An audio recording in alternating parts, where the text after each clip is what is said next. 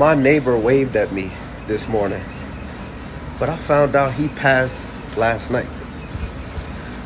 This morning around 7:30, I was taking out the trash like usual. My neighbor across the street waved at me from his porch. He always does. Same gray hoodie, same slow wave. I waved back, didn't think anything of it. About an hour later, I saw flashing lights out front, 2 sheriff units. Then a coroner van pulled up. I walked over and asked what happened. One of the officers said he passed away last night around 9:40 p.m. No one found him until this morning. I told him, I saw the guy. I waved to him. The officer just stared at me. Then he asked, was he wearing anything specific? I said, yeah, a gray hoodie. The cop looked at his partner, then said, that's what he was found in. Slumped in a chair inside, he never left the house. He waved first, and he smiled like he always does.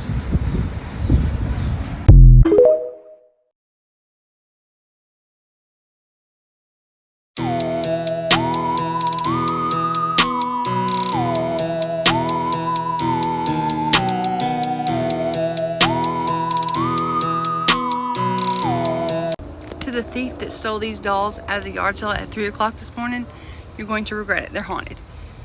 Had you waited till sunlight, you would have seen the sign that was under them that said, haunted dolls. If you have children, please don't buy. Okay, I put them in this glass hutch to try and contain whatever was attached to them, and it got so cold that it fogged up. Enjoy. No takesies, backsies. And not to mention, the only reason why I even sold them, had a yard sale to sell them, is because they threw a toy behind my baby and missed her head like that much. I was like, I'm done. And I had a yard sale and tried to sell them. Nobody wanted them because I warned everyone and showed them the videos of what these dolls do when they're in your vicinity. Because they were not scared to move right in front of you. Enjoy. Y'all want to hear about how I got sent to a couple haunted houses for home care? I'm about to tell y'all. Now, first of all, a little backstory. I've always been able to see spirits and hear spirits ever since I was a kid. Same thing with my mother, and same thing for the majority of the women in my family, and same for, I would say, most of the men.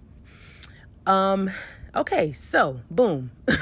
I ended up getting this job at this agency who did 24-hour shifts. I would pack a bag and be gone for a few days, and I would always pack my Bible.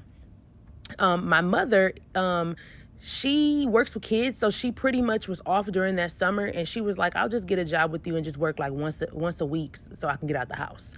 It just gave her something to do, so she decided to do that.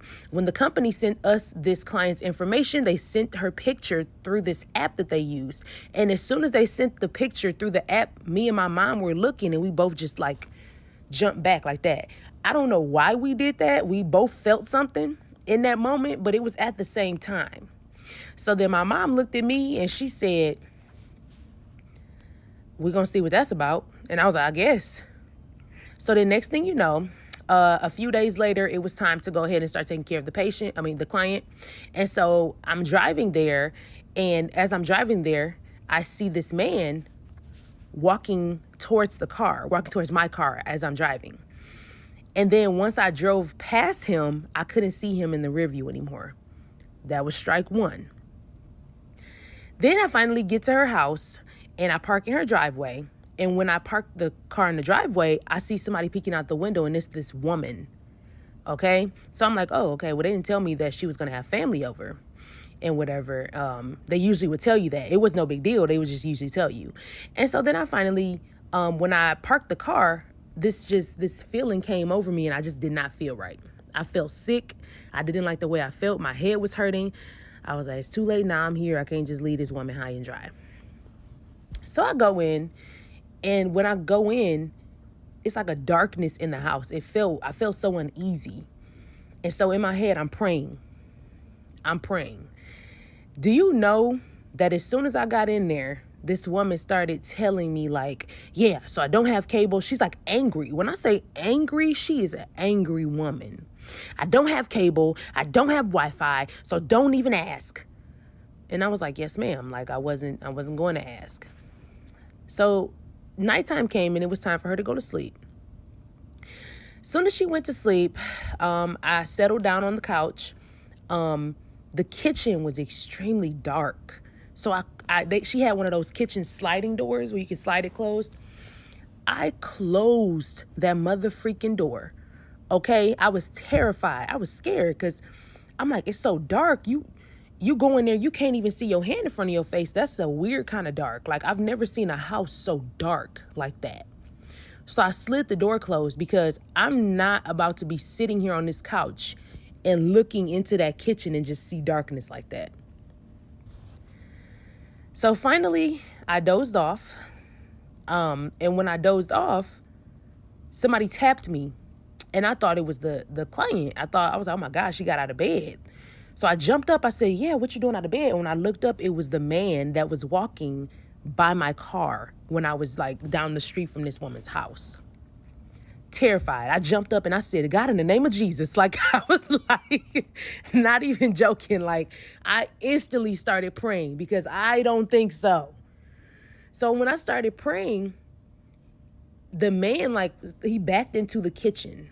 I closed that kitchen door. So I was there for 3 more days after that and experienced nothing but craziness. Finally, my mom got there to the woman's house because she was doing once a week. And so she got to the woman's house. And when she came out, now mind you, my mom was born in the 60s, so she know to do stuff that I don't know to do. So once she got home, she said, she's angry. She is angry. And so I said, well, it was like, what? I said, did you see him? Did you see the guy? She said, I saw him. I said, what did he do to you? She said, he didn't touch me. He didn't come near me. And so then she said, I prayed around the house. She said, I anointed the house. She was like, but it's her. She's angry. She's holding them near. That man is her husband. She was like, her daughter died terribly. And I said, how her daughter died? And I can't remember what she said, but apparently she died in a terrible way. And so when I finally went back to that house, and the woman, she kind of opened up to me and she showed me a picture of her daughter. Y'all, why was her daughter the one that was in that window when I pulled up in that driveway? So when people be saying that they want to open their third eye, baby, take it. Take it. Because I be fucking tired. I be tired of this.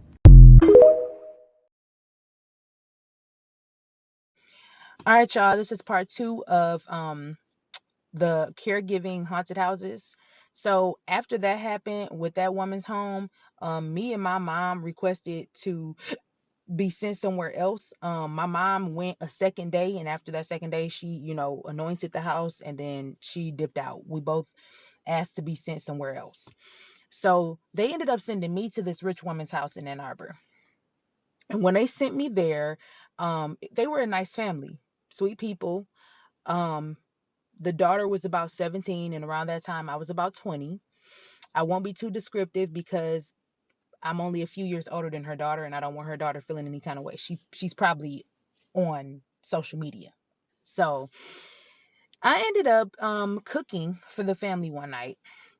And while I was cooking, I was the only one in the kitchen downstairs. They were upstairs getting ready. And this person walked by me. And I pretended I didn't see it because we're not doing this again. I just got sent here. Gone. So when I acted like I didn't see them, it's almost like they made it their mission to push for me to see them. I still ignored them. What made the house real creepy is in my guest room, there was a painting of the woman. There was a painting of her when she was a kid. And y'all, I'm not even trying to be funny, but that was not a cute painting. That painting looked like Annabelle. It really did not. I ain't like that painting being in my guest room. I said, can I put this elsewhere? She was like, yeah. So I put that painting out, but then it was a creepy dollhouse in the corner. And I was like, I can't get away from this stuff. So the woman went ahead and she moved it for me. She said, okay, I understand. And she moved it to a different guest room. The next day, her daughter had friends over all day long. And while her friends were over, I noticed that they were like huddled together, being real secretive. And I was like, okay, whatever that is, whatever that's about. And so finally they all went up to her room. They closed the door, had all their shoes outside of her door. Her mom was like, hey, can you let her know that it's time for her friends to go home? I said, yeah, sure. So I go upstairs to let her know that it's time for her friends to go home, that her mom just told me to tell them that. And she said, okay. So went back downstairs, didn't pay no mind to it. I hear like rumbling. The whole house started shaking. And I'm like, ain't no earthquakes in here. Ain't no earthquakes in Michigan. So I start tripping out and I was like, oh my God, like, what is this about? Then I go up the stairs because her mom was like, I didn't see the kids like leave out. The shoes weren't outside the door anymore. So I was like, maybe they left and you just didn't see them. But then I hear laughter and it sounds like more than one person. So I knocked on her daughter's door and I was like, I opened it. I'm like, your mom told them that they had to leave. Like, they have to go. Why, when they got up, on the floor was a Ouija board. Y'all, they had a Ouija board. They was playing with it. And that explains why the house started shaking. They up there touching shit. I was like, what are y'all doing? As soon as that happened, y'all know how I stayed a few extra days at the first person's house? Sis was sitting at the door with her packed bag. Because I texted and called the owner at 2 a.m. to let her know, baby, you're going to have to send somebody immediately because I'm about to leave. I'm about to leave. I don't even play with nothing like that. While I was waiting at that front door, I heard growling. And I immediately ran out the front door and got in my car. And I called the owner and I said, I just want you to know I didn't leave, but I cannot be in that house. I said, so I'm going to wait out here and wait for the next person to come, just so they can't say that, I abandoned my patient. So she's like, okay, all right. They're coming. They're on their way. Y'all, it's a hell no for me. I'm gonna try this for the second time because when I recorded the first time, it was no audio recorded. But now I'm just gonna speed it up. This is what happened when the ghost followed me home from New Orleans. When we were leaving New Orleans and we were all in the car, I felt that there was a man with me, and I told everybody in the car there was a man with us, and we all did our own little separate prayers to try to get him to go ahead and stay where he was at, and he couldn't come with us, right? Of course, sometimes it doesn't always work depending on the people that you're around and all that. So I get back to Atlanta. About 3 or 4 days after that, things start moving around in my house, okay? One, I start realizing that there's somebody peeking around corners in here like this.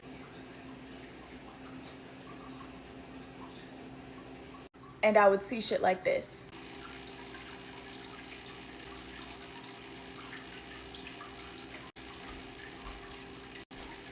So after seeing that a lot, I started to acknowledge the spirit, like, who are you? What do you want? Get out, And then it started touching stuff in here. So this was me and my girlfriend was going through this where we would be sitting somewhere alone and things start moving around in the house. There was a time where I was sitting over here on this couch, and all the way across the room over here, I saw my shoe slowly lean and fall off of something. There was a different time I was sitting right here on the couch, and you see that bag over there? That bag is hooked onto some clips. It unhooked itself and fell to the floor. Dead silent in here. I'm chilling, sitting on the couch by myself, and I just have to look up and be like, stop touching shit, right? So this was the ongoing thing for about a week and a half in my house. Was like things were moving around. They didn't have no business moving around. And I talked to my girlfriend about it. She had been seeing something walking around in the house. Things had been moving around, and she had felt something poke her. Now, this is when I knew that it was getting serious. I could feel him, and I could see things about him in my mind's eye. I could see what he looked like. I could see about how old he was. I could see what his energy was like. I could see what he was wearing.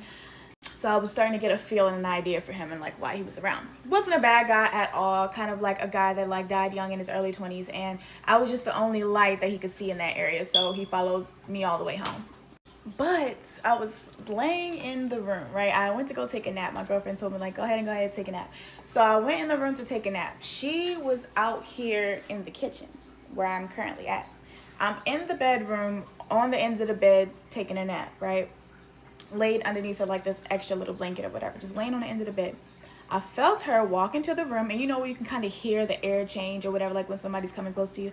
I felt her and heard her walk into the room, and it felt like she walked into the room, looked at me, noticed I was asleep, and then touched my head and gave me a kiss and walked out.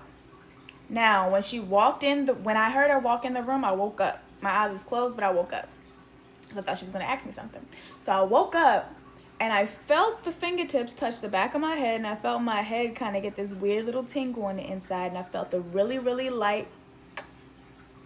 And I turned directly around, and the room was empty. So I sat up, and I said, oh, okay.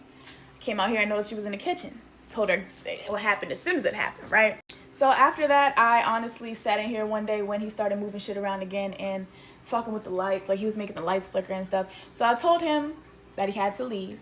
But the thing about me is I don't just like banish spirits to go and you know, haunt somebody else. I send you on your way. So I called in my angels and my spirit guides and my ancestors to come in and help this guy move on if he was willing to do so. And he was willing to do so. He just didn't know where to go or how to do it. So we helped him. He moved on. He's gone. My house is clean. That was the spirit I brought with me from New Orleans. Let me know in the comments what you guys think about this experience. If you went to New Orleans and brought something back with you, if you're from New Orleans, if you've ever been haunted, if you're a medium, whatever, let me know in the comments.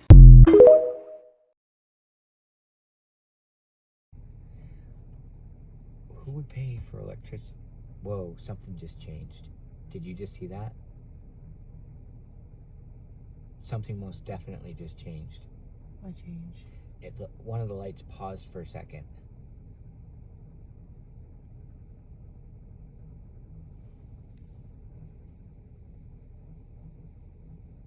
There's no cars. It's 10 o'clock at night.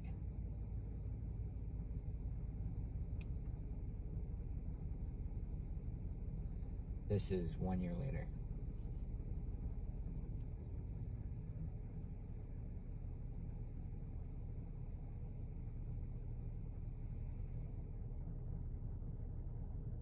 Now, we did meet the girl that grew up here. This was her childhood home.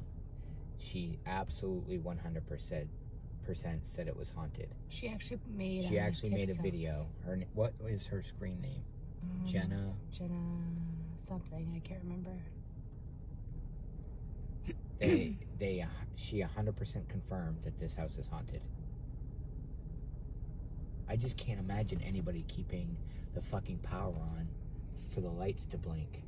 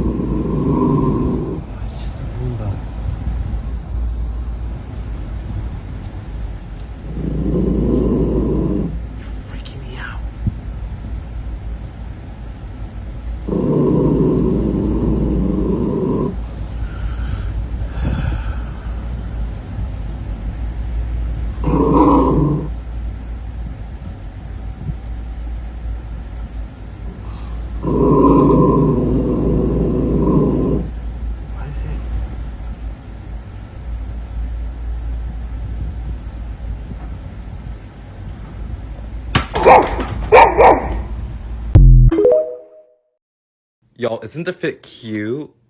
No, not you. I'm talking to the camera. Anyways, isn't the fit cute? It's like from Five Below. Hello everyone and happy Halloween! If you're going trick-or-treating, you might not want to listen to this story. And if you're still here, I warned you. why'd I just scare myself? So this happened on Halloween night of 2004. So the guy telling us the story saying how excited he was because he was 14 years old and his parents finally let him go trick-or-treating alone with his friends. He said that they were all excited because they were gonna do the craziest things they could never do years before. He said of course they started off by going to visit some girls from school, but then they went and got revenge on this guy who took their football when it landed in his yard and never gave it back. So they egged his house. I think that's fair. After that, they went and scared a whole bunch of little kids. Obviously, it was all in good fun though. They didn't say that they were like trying to make them cry. Like the kids were excited that they were getting scared too. He said that eventually it got a little late and they all were talking about maybe going home because they didn't see any kids in the streets anymore. He said that almost like if it was a scary movie, all of a sudden the sky got really dark and they started hearing thunder and they were like, okay, it's time to go home. He said that as they were walking, one of the friends in that group kind of stayed behind and eventually asked them to stop. I guess the reason why he was staying behind was because as they were walking, he was looking behind them at all times. So he stopped the kids and said, do you see that? They all turn around and they're like, see what? And he's like, look, right between the cars. They were all trying to look and they were like, see what? There's nothing there. And he was like, wait, just wait, don't move. You're gonna see it. At this point, they were like, what is going on? So they all start walking back to where that kid was at behind them. And they all were focusing in that spot that he was telling them to focus on. He said out of nowhere, in between the cars, walked a little kid. He said that they can see that he was dressed as a ghost because he had a sheet over him like this. He said that he could tell that the kid was really skinny, but he was very tall and that he looked like maybe he was in elementary school. He said it didn't seem like he was in their grade just by the shape of his body. So because that kid seemed so small and he was walking alone, one of the kids in that friend group said, maybe we should ask him if he wants us to walk him home. Especially because it seemed like it was about to start raining, there was thunder, they didn't feel comfortable leaving that kid alone in the streets. He said that before any of them could tell his friend, yeah, maybe we should walk him home, or no, let's not walk him home, the friend just screamed at the little boy, hey, do you want to walk with us? He said that once his friend said that, they all looked over at the boy and they could tell that he was stopped in his tracks, that he looked over at them and only nodded yes through the sheet. I'm already scared. So after that, the kid started walking down the sidewalk, almost walking towards them, but then he went in between two cars and they couldn't see him again. The guy said that when they didn't see him come back out from in between those cars, they then started walking towards where he was, but they started feeling very eerie, like something was not right. They eventually got to where he had hidden in between those cars, but the kid wasn't there anymore. He said that they all then started questioning themselves, like, did we really see the kid, or was it just because it's Halloween and we were a little bit scared? Like, they were all questioning whether the kid had maybe gone there or not. One of their friends was like, well, I mean, maybe we could have been imagining that, but how is it possible for all of us to imagine that kid? So I don't think it was a trick of the mind. He was like, there's no way that we all imagined a little boy in a Halloween costume. He said that at that point, they just decided to go ahead and start walking home because they never saw that kid again. But on the way home, he said that something told him to look back. He said that at a distance, the little kid was behind them. And at this point, he grabbed his friend's shoulder and turned him around to look because he just wanted to make sure he wasn't seeing things. He said that when he did that, the rest of his friend group turned around too because they were like, what are you guys looking at? And they all ran to where they were to look at what they were seeing. He said that when the rest of the friend group turned around to look, they were all like running and almost laughing because they thought it was fun that this weird little kid was following them, and it was just like the perfect ending to their best Halloween day ever. However, that is not how he felt. He said that after that, the kids then started running the opposite way away from that little kid, and that him and a friend named Hector stayed behind. He said that they stayed behind because they were the chubbiest out of the group, and honestly, they would look back and they didn't see the kid anymore. He said that eventually him and Hector stopped running because they were so tired, and that they started laughing because of how scared they were. So now they started walking because they were trying to catch their breath. He said that because of how foggy and rainy it was, they couldn't even see their friends ahead of them anymore, so they didn't think it'd be worth running again and trying to find them. He said that they both decided that they should probably go home, but then they fast realized that that would mean that they would have to separate themselves. He said that him and Hector decided to walk together to the main street, and once they got there, they would go their own separate ways back to their homes. He said that as soon as they started walking, they then started to hear steps behind them from afar, and when they looked, it was that same same little kid dressed as a ghost. He said that at this point they were walking through the middle of the street, but when they saw him on the sidewalk, they decided to go to the sidewalk opposite from where the kid was. He said that he stopped walking and grabbed Hector by the chest so that he can stop too, but it was at that moment that he could feel Hector's heartbeat through his hand and realized that Hector was terrified. He said that when he stopped Hector, both him and Hector looked towards where the little boy was, and that the boy stopped too. And not just that, but the boy then started reaching for the sheet because he was gonna uncover himself so that they can see him. He said that when him and Hector saw the little kid about to pull the sheet over, that is when they got so scared they started running that they didn't even care that they knew that they were gonna be tired. They just started to run. I deadass have goosebumps. Why am I scared, bitch? I wouldn't even run. I'd be with them. I'd be the chubbiest out of the group and I would be stuck with the freaking ghost boy. He said that as he was running, he still looked back and he could see now that that boy dressed as a ghost was walking towards the sidewalk where they were at, and he was advancing on them. He said that they were so desperate that they were looking around and there was no person in sight and that there was no cars passing by for them to at least stop them and ask for help. He said that they would look back and the boy dressed as a ghost was still walking towards them. He said that his friend Hector told him, "Look dude, we cannot be scared of this weird ass kid. If he catches up to us and wants to walk with us, let's just walk with him till we get home." And he had no choice but to go along with what his friend Hector said. At this point, they were walking in the middle of the street still, and the ghost boy did catch up to them, but he was a good 3 to 5 feet from them, and all he did was walk at the same pace as them. They said they kind of relaxed a little bit after like the kid didn't do anything to them, so they were just walking home. He said that when they got to the main street, Hector got really lucky because there was a bus there, and he took the bus to go home, and at the same time, the kid saying the story said he got super lucky because there was a taxi there and he asked the taxi if he could take him home. He said that neither of their homes were far away, but they didn't want to take the risk and have that little kid follow them all the way home. He also said that he wanted to take that taxi because yeah, that kid looks like a tiny, child, but he could very well be an adult that's just like small and skinny. He said that when Hector got on the bus and he got on the taxi, the little boy had stayed like under a street light that wasn't working, so it was the dark. And as they drove away, he looked back and the kid was still there standing, like he wasn't walking, he wasn't moving anywhere. He said that it felt like he was just observing them and how they were getting away. He said that when he got home, he got on his computer and he wanted to message the rest of his friends and see if they made it home safe. His friends did respond telling him that they all got home safe, and at some point they were kind of worried for them, but at the same time they were like, oh, this is gonna be a fun prank for Halloween. Bitch, I would fuck all of them up. So fun guys. He said that at that point he was laughing because he was like, yeah, that was a good joke. And as he was laughing, he looked out the window of his house, and outside the window of his house was that boy dressed as a ghost. Such a fun prank, guys. He said that at that very moment, he got a notification on his computer that someone was trying to private chat him, and it was Hector. He said that till this day, he will never forget that private message. He said that Hector wrote, "I don't know how, but this kid followed me home and he is standing outside my house." How can this kid be standing outside both of their houses at the same time? He said at that moment he felt like puking, but then he was like, what if Hector's pranking me? Because there's no way this kid is outside of his house when he is outside of mine. He said that he got up and made sure that every door and window in his house was locked, and he even went to his big brother's room and asked if he could sleep in his room with him, which thankfully the brother said yes. He said that after that he never mentioned this little ghost boy ever again, and that was the last time that he ever went out for Halloween. So what do you guys think? Imagine if they had stopped and seen what the boy looked like underneath that sheet. Oh my gosh. I mean, my curiosity wished that they had stopped, but bitch, I wouldn't have stopped either. Obviously this is a translated story, so if you want to listen to it in Spanish, this is the video up here. Anyways, I hope you guys have fun trick-or-treating. Oh bitch, imagine something happens to me. No.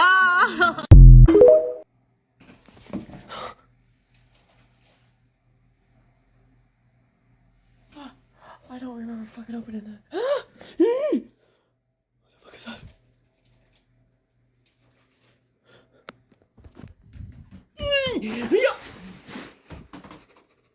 Okay. Oh shit. What the fuck is What the fuck? What the fuck is that?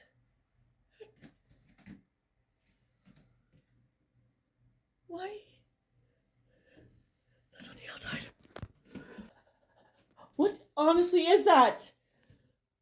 What honestly is that? I can use my... What the fuck is... It's on the outside.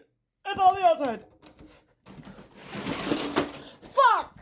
I'm scared. I'm terrified. I'm fucking terrified. What am I gonna do? What am I gonna do? Fuck, fuck, fuck.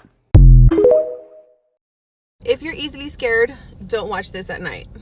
Personal spooky story time, and we're gonna call this one That Wasn't My Brother. When I was about 18 years old, I had gone out, and I had a very strict dad growing up. If you're Mexican or Hispanic, you know, my curfew was at midnight. Thankfully, my sister would cover for me, and she would hide pajamas in the restroom. That way, if I got home late, I would go straight to the restroom, I would change, and if he caught me coming home late, I was already in my pajamas, and I'd be like, what do you mean I was in the restroom? So this specific night, I get home past my curfew, I go straight to the restroom, I use the restroom, wash my face, brush my teeth, put on my pajamas. The way that our house is set up is a long hallway, restroom, my bedroom, my brother's bedroom. But as you're walking to the bedrooms, the living room is right here. So as I'm walking to my bedroom, the house is dark as hell. Our front door has glass and the porch light kind of gleams in. So I'm walking to my bedroom and I happen to look in the living room, right in front of our front door, I see a little boy. And he's standing there. But what's crazy is the way that he's standing in this perfect spot, the light cuts off right here. So I can see from here down, but I can't see his face. His face is literally black. Like I can't see any features. I can't see nothing. I'm not exactly sure what he's wearing, but it looks like overalls or something like that. My first instinct isn't, oh my God, that's a ghost. My instinct is, what the hell is my brother doing awake right now? So I stand there and I'm calling for my brother. I'm literally like, Eric. My brother's name is Eric. So I'm whispering and I'm like, Eric. Trying to make sure that my parents don't hear me because it's about 3 a.m. and my brother is just standing there. And I'm like, God. Eric. Nothing. No movement. Nothing. So I'm literally standing there for what feels like forever, waiting for my brother to cut his shit out and fucking go lay down because I'm about to get my ass kicked. And he's just standing there. So now my wheels are turning and I'm like, okay, what's going on? And when I tell you this is the most I've ever been scared, like I was shook, I was shitting myself. I decide, okay, I'm gonna go to my brother's room. Turn on my flashlight. I'm looking and my brother is asleep in his room. I was so scared. I didn't even go back to my room. Like I was freaking out. I've talked about my mom's house being haunted before. What's crazy is that it's inexplainable because my dad built their house. I'd understand if it was like an older house or something like that, but it was a new house. Like I have not done any research on the land, if there used to be something there, if something happened there. I have not done any research, but I have seen and heard so many things inside that house. It is fucking haunted. It wasn't a mimic because now that I think about it, this little boy was definitely younger than my brother, and we've seen him many times. He loves to play peekaboo. We have 2 living rooms in my parents' house, and my mom was always in the smaller living room in her recliner, and a wall separates both living rooms with a half moon, and she says that she'd be there in the morning and this is the wall and she could see the little boy like peeking. And when my mom would go and look, he'd kind of like, or if this is the wall, he'd kind of like, you know, but at least it's a friendly ghost. If you guys have any spooky stories that you'd like to share with me, please send them via DM or email and I'd love to read them. And I will see you guys in the next spooky story. Bye. Does paranormal stuff happen here in the hood, man? Let's go. DoorDash or Uber Eats on me right now, link in the bio. But gang, hell yeah. You will expect, like, well, a lot of people that die here in the hood is filled with paranormal activity shit, and you're right. Bro, let me tell y'all this story. The first time of me actually seeing this shit with my own two eyes. I'm like 14, 15. I'm on the block. I'm cooling with my friends. We being bad as hell, doing shit we ain't got no business doing. And when I tell you that it was this big dumbass house that's on the block, but it's been abandoned for years. Nobody never been in that motherfucker as long as we lived in the area. We always wondered how I looked in the inside. So one day, being bad as hell like we broke in that motherfucker. Bro, I'm talking about as soon as we get in that motherfucker, the vibe felt creepy as hell. See this abandoned crib next door to me? Picture this, just the house being a little bit bigger. And when I say that the crib was exactly how we thought it was gonna be, or even better, you know the house is a mess because you know it's been abandoned for years. So it's all type of shit everywhere. So one of my homies ended up staying outside, you know, we need a lookout. So me and my other two homies that's in there, we had motherfucker running up the stairs. Us being us, you feel me? We thinking this our homie. He finna come tell us it's time to go, 12 coming. We literally all looking at the stairs waiting for a motherfucker to come up because we hearing motherfuckers run up the stairs. My homie look at me, I look at my homie, we all look at each other. It's time to go. One of my homies trying to be funny as hell. If it's somebody here, let us know. Gee, I will remember this shit for the rest of my life. It was like an evil ass voice, a loud ass bang saying, "Get out my house." Heart dropped in my ass. When I say I didn't look back for my friends or none of that shit, boy, I was gone. I seen too many movies, man. That shit over with. $35 ghost disturbance fee? Where are you? Float your translucent ass back out here right now. I know you're not skinny enough to fit through there, even floating through shit.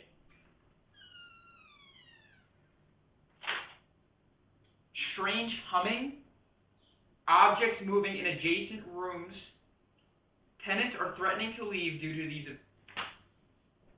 What did I tell you? You're only allowed to haunt one other place. The people next door. We hate them. Everyone else, not up for grabs. You can't be floating around. Elderly woman appearing through windows. Really? Really? This is why people drink. I put on Housewives for you, Mormon Lives, Housewives. You were entertained here. Why do you have to go haunting other people? Our quiet hours are 10 p.m. to 7 a.m. We are hearing screams coming from... Okay, I will take blame for that one.